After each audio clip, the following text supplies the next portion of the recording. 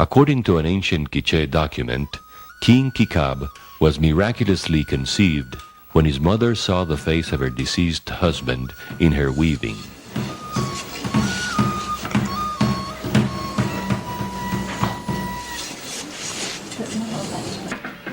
For the Quiche, as for the rest of the Mayan groups that have inhabited the lowlands of Yucatan, Petén, Belize, western Honduras, and the highlands of Chiapas and Guatemala, weaving has long been a means of making clothing and generating income, as well as a way of expressing their social organization, ethnicity, and worldview.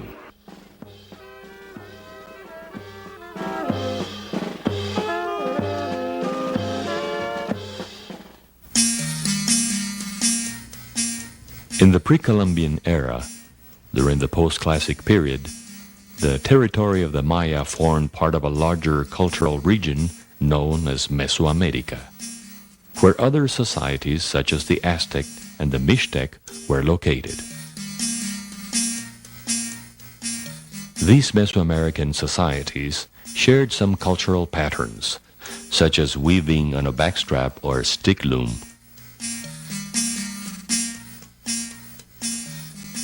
Spinning and weaving were female activities under the auspices of deities associated with fertility. For the lowland Maya, Ixchel was the goddess of the moon, weaving, and reproduction.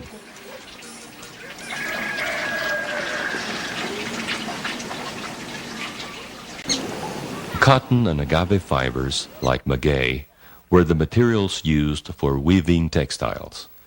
The procedures for spinning and weaving cotton were similar to those that are still seen today in some indigenous communities. The women cleaned and beat the cotton, then spun it on a spindle, which revolved on a gourd. Pre-Columbian spindle whorls have been found in archaeological sites.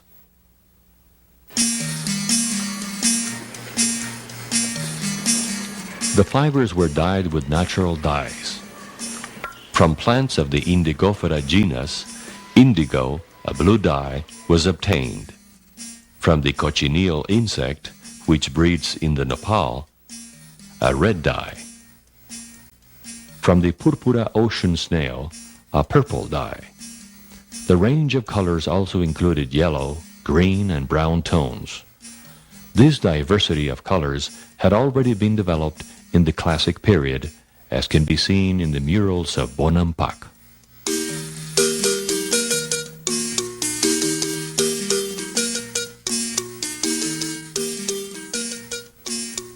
For weaving, the women followed the same procedures that are still used today. The cotton threads were warped. It is possible that they were then soaked in corn gruel to make them more resistant. Then the stick loom was assembled. First, the warp was placed between the end bars and allowed to dry. Later, the heddle was put in place. The brocade designs were made with colored threads that were interwoven either with the fingers or with a bone needle. After several weeks or even months of work on the stick loom, the women finished enough cloth to make a garment.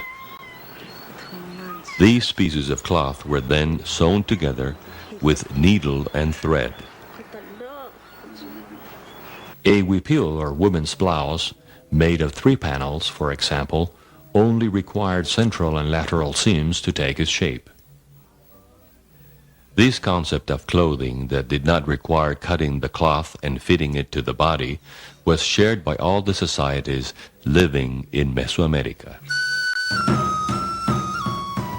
Among the garments used by Mayan men, in both the highlands and the lowlands, were a loin cloth, a hip cloth, a cape, and a xicoli, or vest.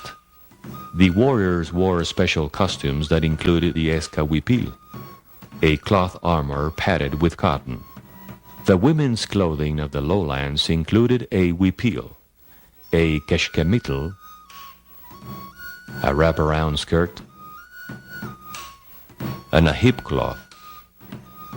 In the highlands, women wore a huipil, a wraparound skirt, and possibly other garments that have not yet been documented. The social status of the Maya was reflected in their clothing. The rulers and the elite wore finer and more elaborate garments, whereas the common people dressed more plainly and were not allowed to wear symbols of prestige such as quetzal feathers.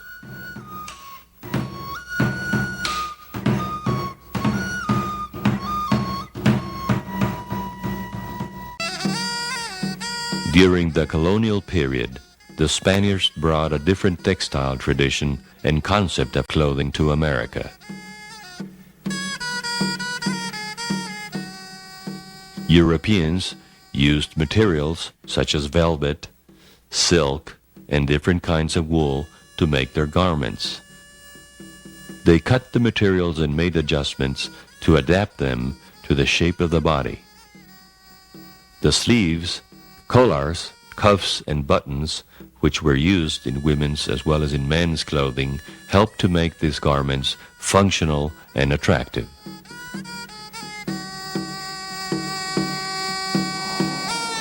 The European textile tradition was brought to the New World. Sheep were introduced to the area which is now Guatemala, where they became acclimatized and provided raw material for making woolen cloth.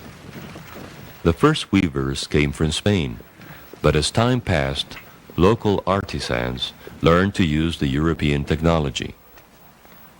In the indigenous communities where wool was woven on a treadle or footloom, the weavers were predominantly men. The textile instruments and procedures used in Europe took root principally in the highlands and are still being used to this day. The wool is carded, then spun on a spinning wheel. The spools are placed in the creel. The threads are warped, then wound on a treadle loom. Then the weaver begins to weave, opening the warp with the petals and passing the weft on a wooden shuttle.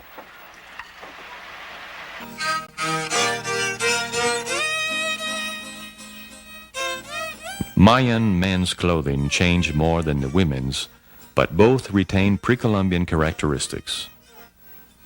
Men adopted various garments of European origin: hats, shirts, jackets, underbreeches, and breeches. In some highland regions, this attire was used with a tilma or cape of pre-Columbian origin.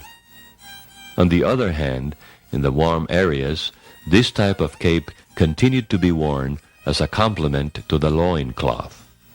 Women continued using the huipil and the wraparound skirt.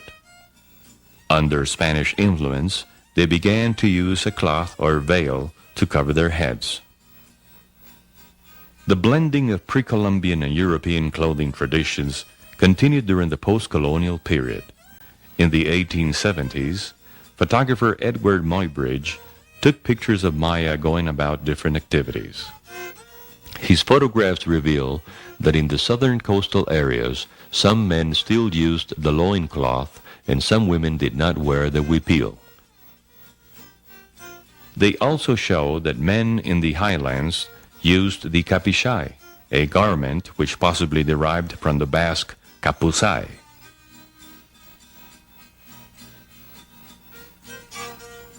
At the turn of the 19th century, Guatemalan photographers Alberto Valdeavellano and Manuel Maria Giron left an important legacy, a valuable documentation of the Maya and their clothing.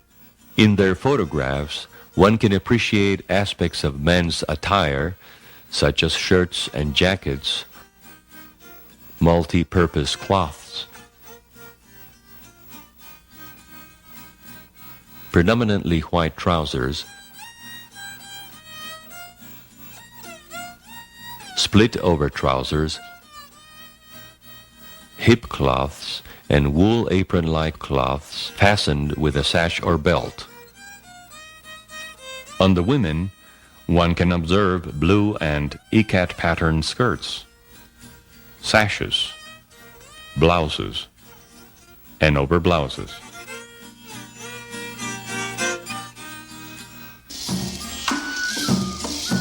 The collections of the Shell Museum, located in Guatemala City, offer an opportunity to observe the changes that have taken place in the shape of the garments, as well as in the materials, colors, designs, and techniques during the 20th century. Acrylic threads, rayons, and mercerized cotton have slowly replaced silk and unmercerized cottons. The repertoire of colors has increased in number and brilliance. Floral designs, as well as those obtained from cross-stitch magazines, have become popular. Nevertheless, in many communities, the old motifs have survived or have been revitalized. Throughout the 20th century, traditional men's clothing has gradually been replaced by Western-style garments. In the majority of Mayan communities, the young men no longer communicate their ethnicity through their clothing. However, there are some places where both old and young men continue to dress traditionally and display with pride the artistry of the women who weave their shirts, sashes, trousers, and multi-purpose cloths. The preservation and vitality of Mayan clothing is primarily due to the women. Wearing garments woven on backstrap and treadle looms, women express their ethnicity, artistic sensitivity, and femininity. In their weavings, they recreate part of the Mayan worldview, and their laborious artistic work on the stick loom gives continuity to an ancient textile tradition.